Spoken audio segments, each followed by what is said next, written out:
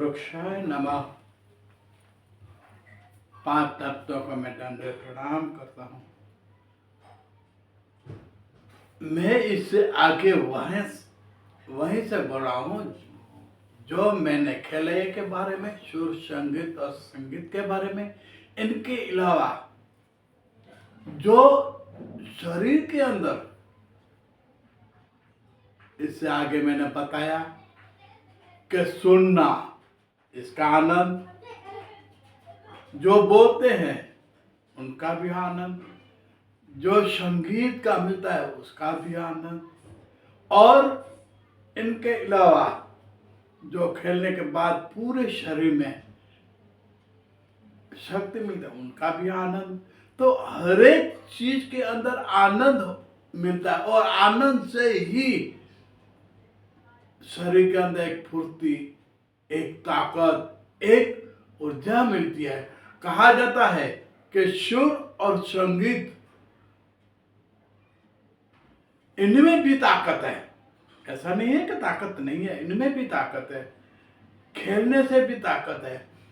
तो जो इंसान खुश रहता है तो उनकी कभी भी कोई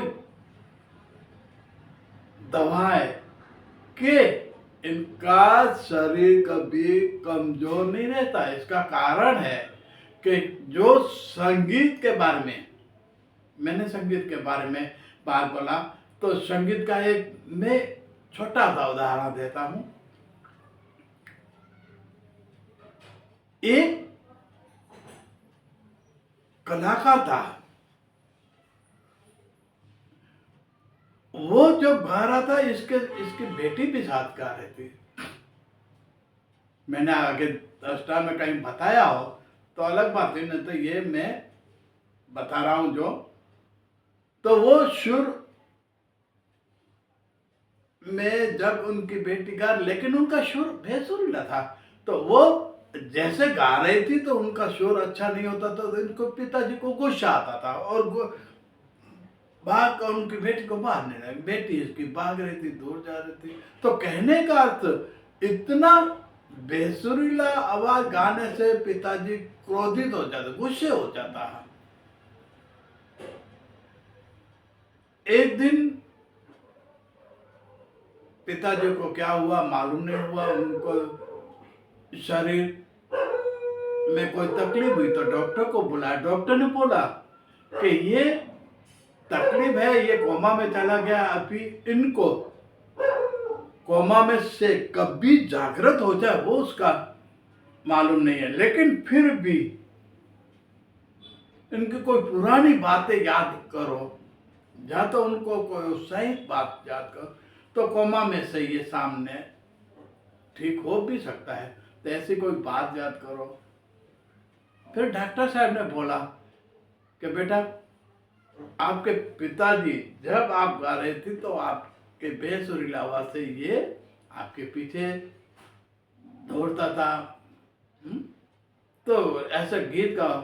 तो बेटी ने बोला, पिताजी, डॉक्टर साहब, कि मेरा पिताजी ये हालत में है, मैं कैसे गा सकता हूँ? मुझे कि जैसे भी हो तेरे पिताजी के लिए गाना है ना, तो गा ले। तो बेटी ने पहले आवाज में जो गाया था वही आवाज उनके सुनाई। कुछ फर्क नहीं पड़ा, परिवर्तन नहीं हुआ। दोबारा डॉक्टर बोला, दोबारा जोर से गाओ। दोबारा गाया इसने, फिर से ये कोई फर्क नहीं। डॉक्टर साहब ने बोला, एक बार और ट्राई कर ले। जब ये सुर में और जोर से गाने लगी, तो ये बेसुरी जैसे गाने लगी, तो इनका पिताजी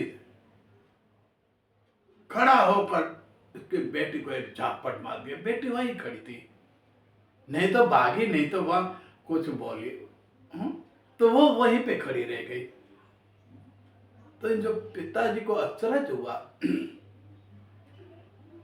कि बेटी, मैं जब आपको मारा था तब आप ऐसे भाग रही थी, और